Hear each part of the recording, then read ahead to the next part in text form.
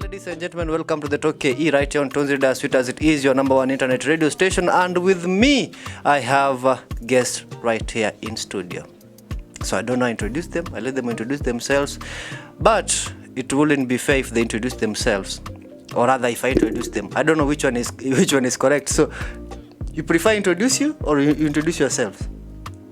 Introduce us and we'll introduce ourselves. I introduce you and then you introduce yourself? Yeah. So with me, I have two ladies. They're doing something amazing, and of which is something that I'm really fascinated with. It's called vlogging. And for those who don't understand vlogging, what it is all about, stay tuned because you're going to understand. I have with me Mo Kamau, and of course she has come with her friend Jambi. And together we are going to dig deep down into this world of vlogging and understand what it is all about. So Mo, how are you? I'm fine, thank you. So you are Mo, all right? Yeah. And you are Jambi. So for those listening to you for the very first time, Mo, who is Mo? So Mo is a campus student, and she's also a content creator on both Instagram and YouTube. Yeah.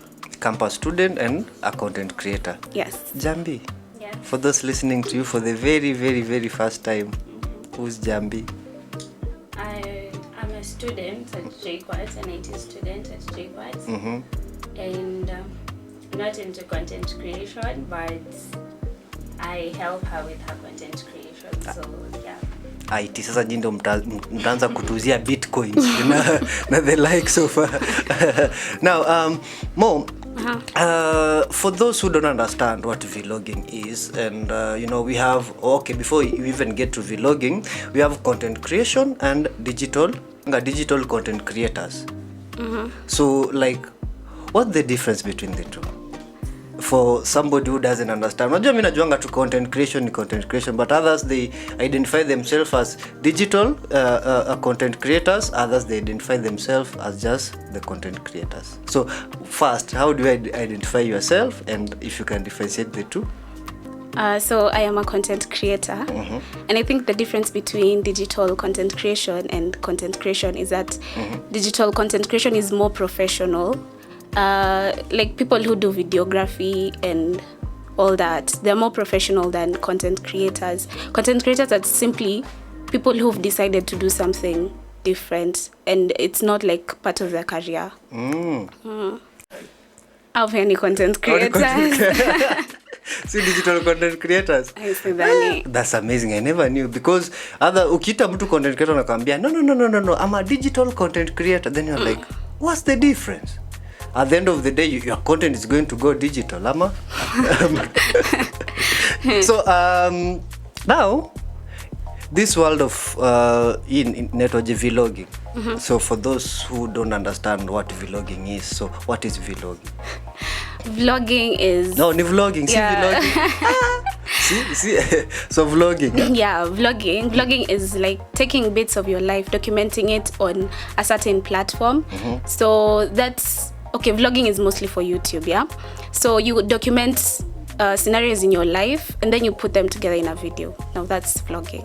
Vlogging. Yeah. So it's like blogging, but in a video form. Yeah. Fascinating. I need to go back to school because vitu zingine naona kazi inanipita. Really? Okay. So Jambi, this aspect of even if you are not a digital creator, you do IT, and stuff, and one way in which vlogging, in one way in which vlogging we get to experiences is through the IT stuff. So internet has been one of the factors why, or it has been one of the factors that has really impacted on the growth of vlogging. So on your side, do you think internet has impacted vlogging in a positive way or in a negative way? I think the internet it's more positive than negative, but I think at the end of the day, everything has its own pros and cons. So yeah, positively mostly because people get to influence people in different ways, inspire people, and negatively in that maybe someone can feel that maybe they're not doing enough with their lives. But I think it's mostly positive.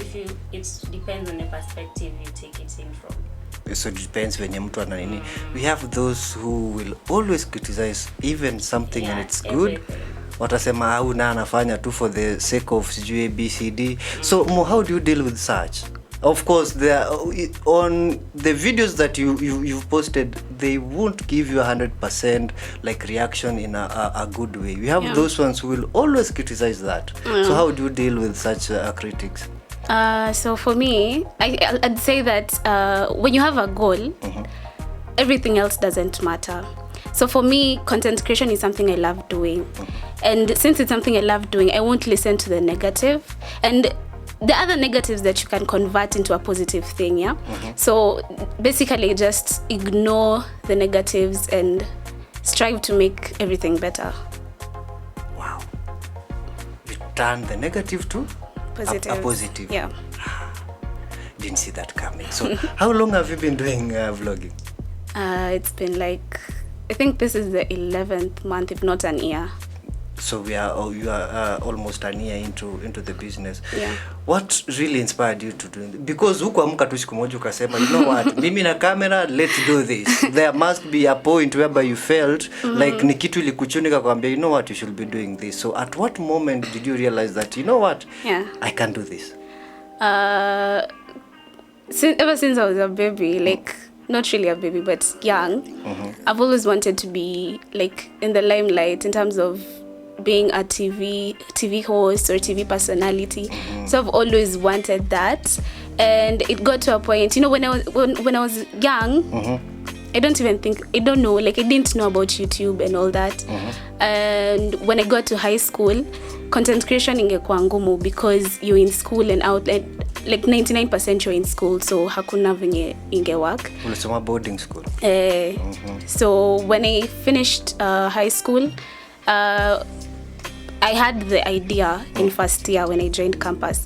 But you know, I was still afraid, like nitaweka content alafu nani ya watch, you know. Zero likes. Exactly, you know, and subscribers. and there were people who were surrounding me by then. Na walikuwa like, unajua itakuwa ngumu, like utaanza from scratch before ufike a certain level, it's going to be hard and all that.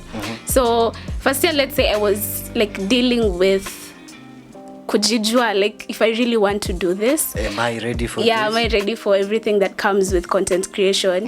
And finally, when I was in second semester, that's when I started to execute the idea, and I posted my first video.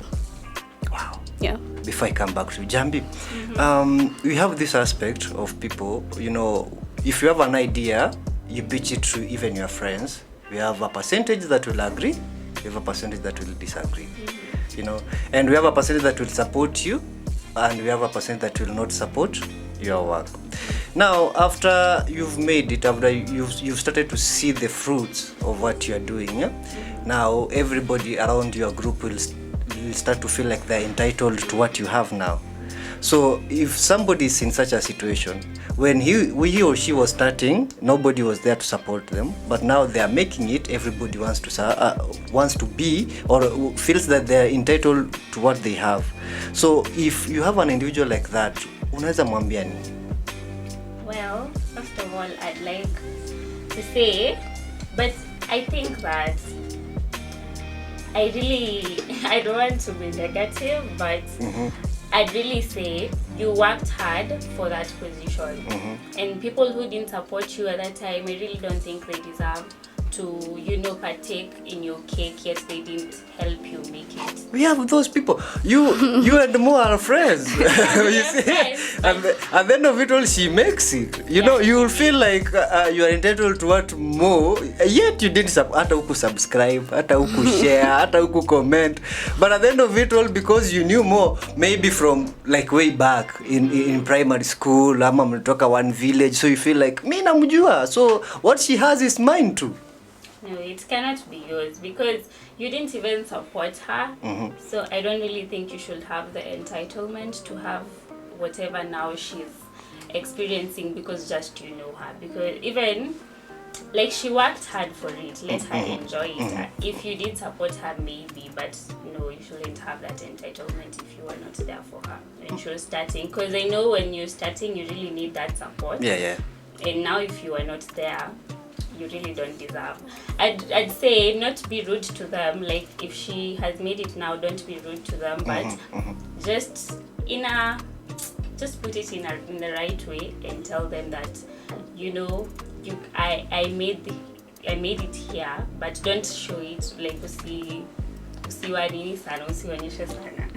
So you are her support system, right? You and other people around her, you are support system. So how are you supporting her? Well, basically just sharing her videos to everybody and also being there for her because, you know, it's not easy. She needs somebody. Sometimes she also doubts herself, by the way, and I really don't like that about her. So I'm really there to push her and tell her, you know, you deserve this, and stop saying you're not good enough for this, go for it. And you like literally you've made it. All 11 months of being into content creation is not It's easy. not joke, and the consistency behind it. Yeah. How consistent are you, Mo? Video every week, every month, every day? If not every week, it's after every 2 weeks. After every 2 weeks. Yeah. But there is that ile period yenye unasema I should not cross this period. Says go. I can't go a month without posting anything. Yeah. Yenye hata si tutaboeka. So do you enjoy content creation? Yes. Really? Like it comes 100%. 100%. It comes So, from the bottom of my heart. Whether you being paid, whether you are earning from it, whether like tuseme tu tutoe the fame of it, tutoe the earning of it and everything. So would you still do a content creation? Yeah, I'd still do content creation. Whether kuna pesa ama kuna pesa? Ikweaje. I asked you that because when a lot of people who answer to do a thing, what comes into their mind, one is the money behind that. It's not about the love. Two is the fame. Mtu anaona Kenan ni star, anaona cartoon ni star, so anasema hata mimi si niko na simu, niko na camera, I can do the skits. But the end game or the aim of that skits ni kukua star, but it's not all about the love for it. So umesema ni the love for it kabisa. Yeah. Liwe liwalo. Hakuna kitu kingine. So what, like, una specialize in which field of content creation when it comes to your vlogging? Others they will say food, others will say travel, others will say education, others will say, you know, we have like a variety of topics and fields to cover while doing vlogging. So your specific area ni gani? So, okay, you know, you use what you have at the moment. So since I'm still in campus, I document campus life. And basically that's kind of lifestyle. And I also do a bit of beauty and fashion. And I'd also love to do travel videos, but hatujafika hapo. So leo nitapakwa makeup wakifanya. Hi guys, so guys, if you see me appearing somewhere, it was a trial. Mimi sikukua huko. So Jambi, we have this aspect of people giving up. What is that one thing ushaimwambia yenye una feel like it really helped her to do what she's doing now? Well, one thing I remember there was a time she got like a brand deal and she was afraid. She was like, maybe I'm not good enough for it. And then I told her, before that brand approached you, they saw something in you. It's not that walikaa tu chini and they randomly handpicked and they say, wacha sasa tuchague tu msichana randomly. They saw something and they told her, like, believe in yourself, because before they took that step, they believed in you too. So they saw something in you and they saw you can actually do it. Yeah, you can do it. So just and that's all, she loves it. So if you love something, I don't think it's easy for you to be swayed away from it by just people hating on you. And it can be hard being hated on and being told you cannot do this. But I think if you love something with so much passion, you'll be able to go through all that, the hate and everything, and still do it. Yeah. That's true. Wow. Super motivational speaker. Wow. I don't think nitajaribu. Motivational speaker. Like, hey guys, I started my company with one rice. Now I own a fleet of. Like, anyway. So, Mo, how do you approach or how do you attack a topic, leo unaamua leo nataka kufanya this, ama like I want to understand your procedure ya create your videos and stuff, or your procedure to create your content. How do you begin? You just sleep, wake up, you do it, or you plan it prior? Of course I plan it. So sometimes napatanga to like a random idea and I choose to execute it, and then I'll work on the edits and stuff. But the other content ideas that I get from other content creators, like Nenda YouTube, I check what they do and I pick that idea and like transform it inakuwa yangu. Inakuwa yako. Wonderful. Wonderful. I thought unamkanga tu asubuhi. Hi guys. Hapana. So Jambi, on the aspect of what Mo is doing, you know, mostly you are una capture your life. I've seen a lot of people do it venye anaamuka paka venye anaoga, you know. Like, do you think most of these content creators are really exposing their personal life to public? Ama unasema it is what it is, au wanafanya chenye wanafanya, at the end of it all they know what they're doing? Ama do you think there should be a limit in where these content creators should be exposing their life? Ama yeye afanye tu anajisikia it's okay with him or her? Well, I definitely think there should be a limit. There are things you cannot just portray to people because first of all people will judge you. People out here ni kama wanakuanga tu amengoja so that they judge you. So first of all I think you should just know yourself and know like what am I doing? You're like you put boundaries, I cannot go past this and this. But I definitely don't think they overshare. If at all, we have those ones who overshare. Yeah, there are people who overshare. I've seen wengine wakiwa mpaka kwa bafu. Then unapata niko hapo na Zoom, I want to sit here. Yeah, I think definitely there should be boundaries. But I don't think hata hiyo kwa bafu. Sometimes you know wengine wanakuanga maybe wanafanya self care whatever influencing. So maybe ana influence the body care products and everything. So if that is what they are doing, then maybe we can understand. See, sasa tu unatuonyesha ukioga and you're not there's nothing we say. Wengine wanakuanga wanaanza, they are not influencing anything. Wanaamua tu you know, we are doing content, tunafanya content creation. Others they take it even to the bedroom, you know. So Mo, how do you filter your content? Because I believe uwekangi everything, uamuki tu asubuhi, uko kwa bafu, unakunywa chai, uko sijui wapi. How do you filter and say this one is going to go to my content today and this one is not going to appear anywhere? So when editing, I usually look at like the things that I want to portray to my viewers. That's according to the topic of that day. Yeah. So there are things and they'll be like, no, this is too much, like I've overdone this particular part, so I cut out that part. Hapo mkangi tu nasema leo nataka surprise. Hapana. Mo, when I come back to you, Yeah. Do you feel the pressure of vlogging? Like once ulianza, you have a fan base already. So do you feel like you are under pressure to make sure that if fan base yako it's very happy? Yes. Yes, like there's a lot of pressure because if I'm not consistent, kuna watu wanakuja na niliza, yo, where's a vlog, like where's a video? So there's pressure to like be consistent and make sure that there's something they have, like there's something they can watch regularly. Yeah. How do you deal with that pressure? Yo, I have Jambi.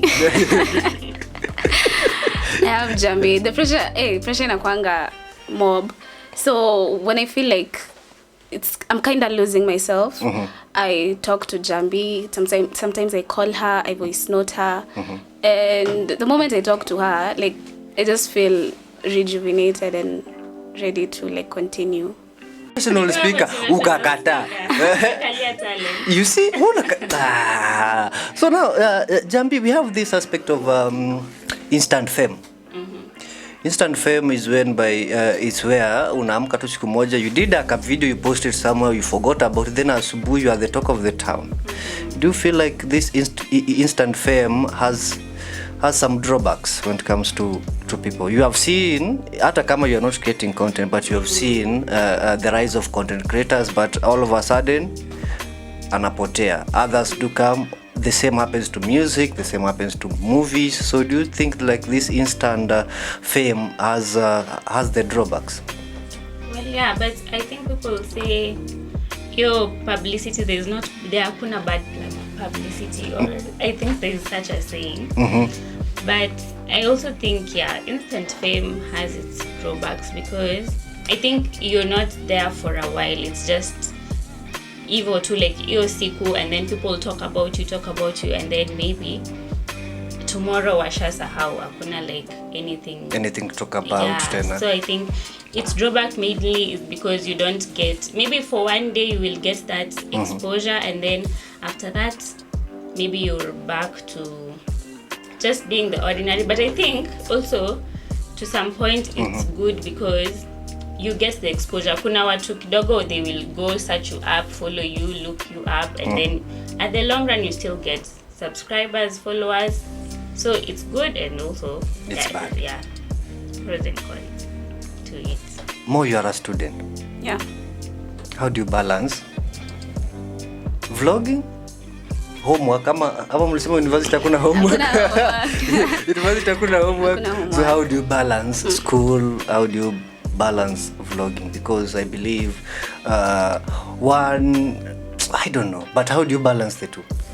Like I said, before I put up content on my YouTube channel, I usually plan. So in this plan, it will like include what I do in school and when I'm supposed to edit the vlog, when I'm supposed to post it. So balancing really comes from planning everything out. So it's all about planning. Yeah. I thought Jambi ndio director Kenny wa kuedit na go. Saa zingine ana strike, anagoma kazi. Anasema hataki kazi. So Jambi, you've been with Mo, okay? The right individual to answer this question, probably it's you. At what moment do you feel like Leo Mo ako very low? Low in terms of what she's doing, in terms of creating content, in terms of... Unajua kuna ile moment yenye unamkanga unasema I feel like today is not that day. But still, venye amesema akifeel low, she talks to you, you encourage her, she picks up mahali aliacha. So at what moment did you feel like, hapa leo, nasikia Mo hayuko kabisa? Well, that's a very difficult question, actually. If you observe, Andrew. But a low moment for her in terms of content creation. Yeah. You are her big fan, one of her biggest fan, right? Yeah. So probably you are her biggest fan and you are her friend too. Yeah. So you see the whole process from creation, editing maybe, to posting, and then you go watch it from the other end. So like literally you know her moves and her steps. Yeah, I think there was a time she took quite a while off from posting. So I think maybe that was probably the lowest, because she was struggling even to get back. And I don't know why she took the break actually in the first place, but there was a time like she really took a while away from it. And I think she wasn't okay, and she was probably going through something, or yeah, I think that was probably the lowest, because she took some time off and she was also struggling to get back into it. What happened at that moment? What happened at that moment? At that point, did somebody break your heart? It's probably that. Mtu akibreak your heart ndio kwa zile za I'm not doing. Tuseme hii ilichangia kidogo. Ilikuwa by the way. Ujaba. Divenya kona bahati hayuko hapa, tungemgonga kwanza. Why would he do that? Bana. But yeah, it was like a mixture of pressure from school, from like family issues, and at the same time this guy was giving me a lot of stress, manze. So nikaamua acha nitoke kidogo. The ninjas outside here. Ai, kuna maninja hapa nje. Anyway. Acha nimezi your mate. So when it comes to your family, how many are you in your family? Where did you grow up, and how are they supporting what you are doing? So I come from a family of 6. Yani- There's my mom, my dad. Oh, and 4 siblings. Yeah, and 4 siblings. I'm the firstborn of the 4. And I grew up in, let me say Nairobi, because the place is mob Nairobi. I grew up in Nairobi. And how they support me, hey, they are like my biggest fans. They'll watch my videos like a million times. They'll share it. Like, okay, my siblings are still in school as well. So, kuna mwenye ako primary, kuna mwenye ako high school. And you'd find them uko kwetu, like, they're like, my sister is doing content. This is her page. Go follow, go subscribe and all that. So they really support me. Yeah. How does that make you feel? It makes me Jumi feel mama yangu saa special. zingine akijua niko hapa, it will be just a whole new other case. Baby, you need to be a doctor. And that's how ni wazazi. They're always like that. Yeah. They take you to school. Alafu sasa mama Jambia sikia Jambia afanya ICT tena anafanya content creation. Si mama atakuja huko JKUAT. Mbio what is happening? So like how do you feel knowing that you have the back of your family and wanna support in even the smallest way they can? Honestly, it makes me feel special and it makes me feel loved and it gives me the strength to like continue. Najua hata nikipost video, if these other subscribers won't watch, najua niko na view count from my family, so it makes me feel very nice. Uko na kama 4-5 hivi. Exactly. Yeah. Naambia mzae, "Oya bwana, nimepost video." So now your first moment, you have recorded your first video. Umesema, now this is it, I'm doing it. You have recorded your first video, you have edited it. Yeah. You have posted it. Yeah. How are you feeling at that moment? Okay, so first, before I answer that, let me talk about my first video. My first video was a story time video. I was going through something with another friend, not Jambi, and ilikuwa relationship issues and stuff. So she came to me with, a lot of like matusi and all that, and I couldn't understand why, but to some point like nilifika level moja na yeye nikamunderstand. So because I couldn't talk, I couldn't even tell Jambi because atajua huyu ni nani, and I'm not like trying to expose the situation and all that. Yeah. So I just took up my laptop. Imagine nilirecord na laptop. Yes. So Na inaitwa webcam? Yeah. The kaninio on the laptop. Yes, because I wanted to record with my phone, but by then I didn't have a tripod, so ningekelea wapi simu. Si unashika hivi. And the entire story, it was difficult. Ama unachukua kikombe unawekelea inakuwa kama stand. Ilikataa. So I opened up my laptop and I recorded. Like it was a way of getting it out of my chest. So after recording it, I was like, but I've always wanted to, like a YouTube channel, so why not start with this one? Yeah. And I edited it and stuff. And then of course, because sitaki like more drama, I asked this friend. Hapa kwa editing, Yeah. like did you know ama uli-edit professionally ama ulisema tu ni hivi tu tunafanya hivi, you have seen it happening? Nili-edit venye akili yangu ilikuwa inaniambia. Yeah, like there's no procedure and all that. So after nearly edit and I watched this thing and I was like, yo, this is good. For a start, this is good. Yeah. So because I didn't want like more drama, I talked to this friend and I was like, this is a video I've done. Of course, it includes you, but I want to post it. Hakuna mali nimekumention or whatever. And because after that, tulikuwa tusha solve. So she found it funny and she was like, you just go ahead. You do what you want. Yeah, and that's how I started. So now you've posted your video out, it's out. Reactions are coming in. Right? People who know you wanasema, what is happening? Yeah. No, what is happening? Yeah. So when I posted that video, I was like very nervous because for one, it's like the first video ever and I don't know how people will take it. I'm not even sure if this is what I want to do, So I was nervous and stuff, but feedback ilikuwa, of course kuna the negatives, but I'd say first video yangu ndo like it pushed me to doing more content. More content. Yeah. That's amazing. Jambi is one of your friend. Yeah. Sindo? Also you have other friends. So anauliza, how did you meet the group of friends that you have, like the support system? Because he believes, you've talked about the support system that they are offering to your work. Yeah. So he believes that there was a time you met them, How did you meet them, and what do they mean to you right now? So I'd say like the biggest support system, like in terms of watching my content, are my classmates. Yeah. So they form part of like a majority of the fan base.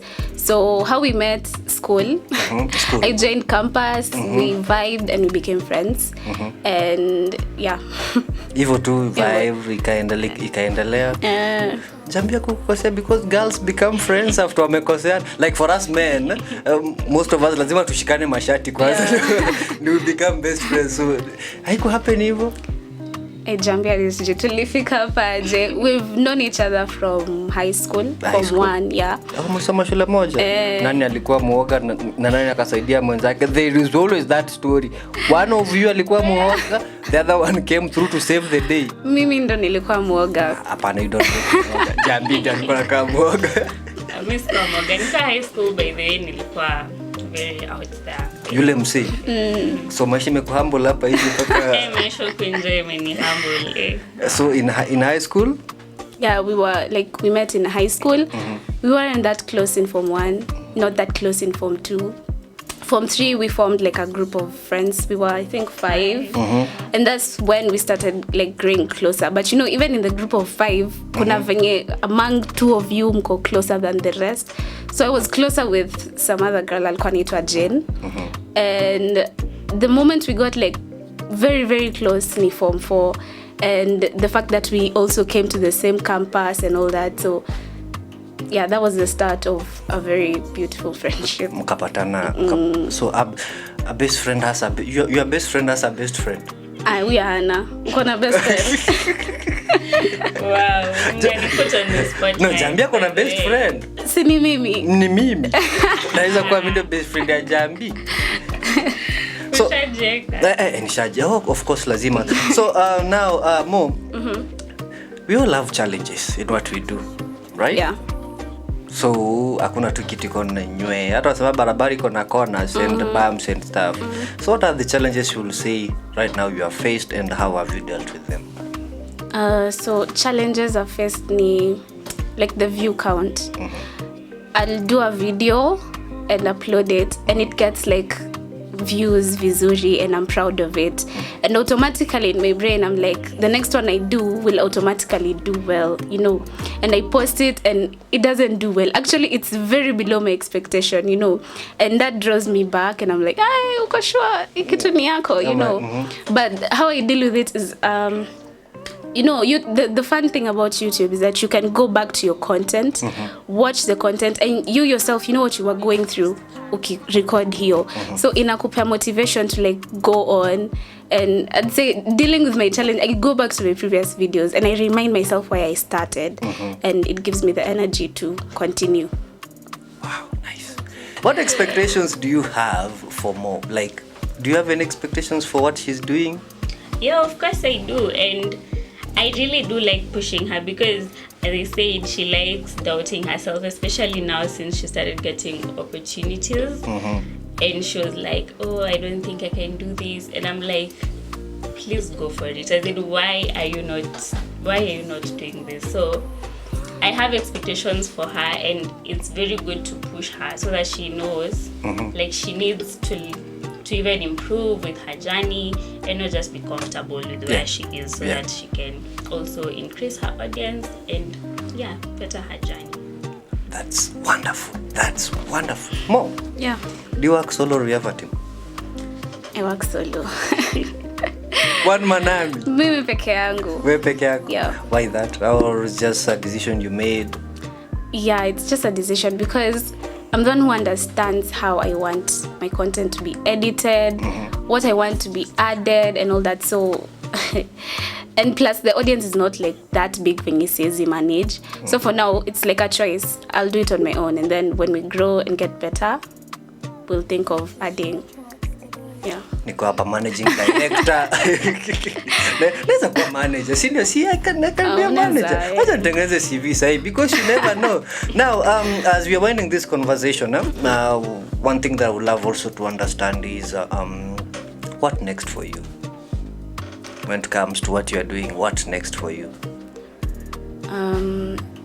like the goal I have for this. Yes, the goal you have for yourself, this vlogging stuff. Are you ready to take it to the next level? Are you okay the way it is? So what next? Or what do we expect from you? So of course I want to, I'm not there like sijafika of course, but I'd want to like improve my content, the quality, the edits quality, because I'm not yet there. So I'd want to like better my content, increase my audience, and the long-term goal of course is getting monetized because people are earning from YouTube. So that's like the long-term goal. Yeah. Lazima pesa ziingie. Lazima ziingie. Wonderful. Nitakuwa money manager pale. I'll be the one managing. Tulianza na Mo kitambo. I want to be a part of that. Now, other than vlogging, what other passions do you have? Traveling. Jack of all trades. Traveling the world. Music. Music. Wewe ni mwimbi? Mimi ni mwimbi, mimi ni rapper. Like I do both. Okay. Yeah, lakini sijui at the end of it all arushe some bars. Hapana. So traveling, music. Yes.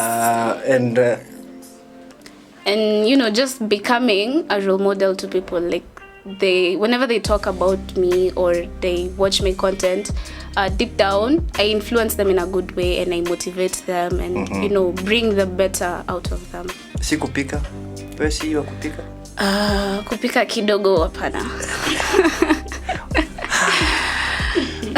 Unajua, like when you see a girl, the most vlogs that I've seen either ni kupika, kufua na kupika, kufua, kuoga na kiwa KFC.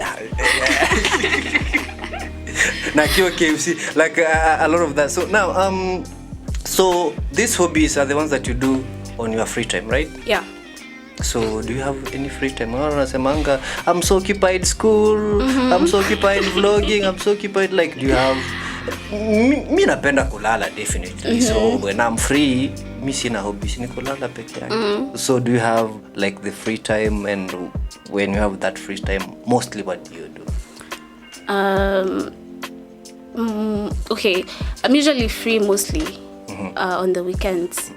So when I'm free and I don't want to like stay in the house and all that, natafuta my friends, people like Jambi, and we go out, unwind, because school is tough. So during the weekend when you get a chance, you unwind and get ready for the new week. Unwind na konyagi ni No. She alisema JKUAT, Juja Road. You know Juja has this. No. Exactly. But like you can't even go out there and tell people nasoma JKUAT. Being in JKUAT is a red flag. Mtu anaanza kukuangalia na another perspective. Sindio. They say sikonyagi natoka hapa Kariobangi then all the way to Juja. Then huko ndio kuna like people know how to turn up in Juja.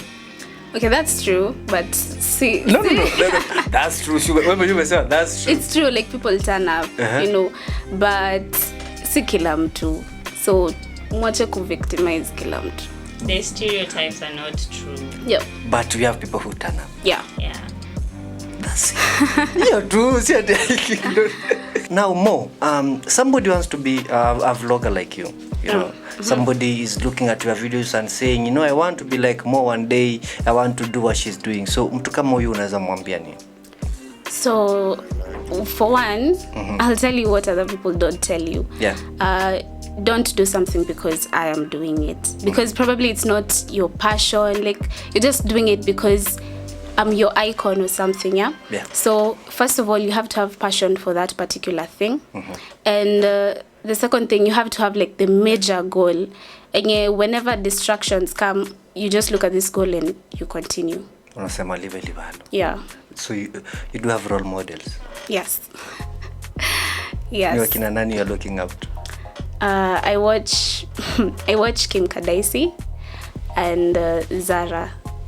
At Kim Kardashian? Si Kardashian tena? Kardashian ni wa huko. Sasa tuko na Kim wetu wa Kenya. Sijui hata niseme nini. So definitely, ladies and gentlemen, if they want to support you, yeah, like we have somebody who's asking, I want to support Mo naweza nika reach in which platforms, what's her name on social media, because social media is the only means that we have is the nearest means that we have for communication. So where do people wanaweza reach wapi? So to support me, subscribe to my channel. I go by the name Mo Kamau. That's MOE Kamau. And you'll also find me on Instagram at Mo_Kamau. On all other platforms, Mo_Kamau. Twitter, Facebook, Snapchat, TikTok. Facebook hapana, siko Facebook. Uko Facebook? Siko Facebook. Uko Facebook venye ushika? Facebook near the 1990s. Shorts. On TikTok, everybody's on TikTok.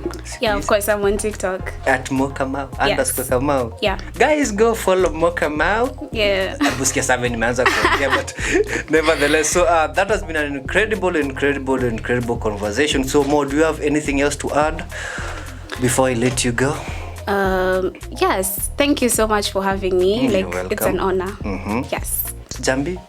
Also, thank you for identifying Mo and for inviting her.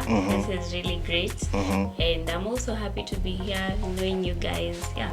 The next motivational speaker in the making, that is Jambi. So ladies and gentlemen, that marks the end of today's interview. Thank you so much for everybody who tuned in.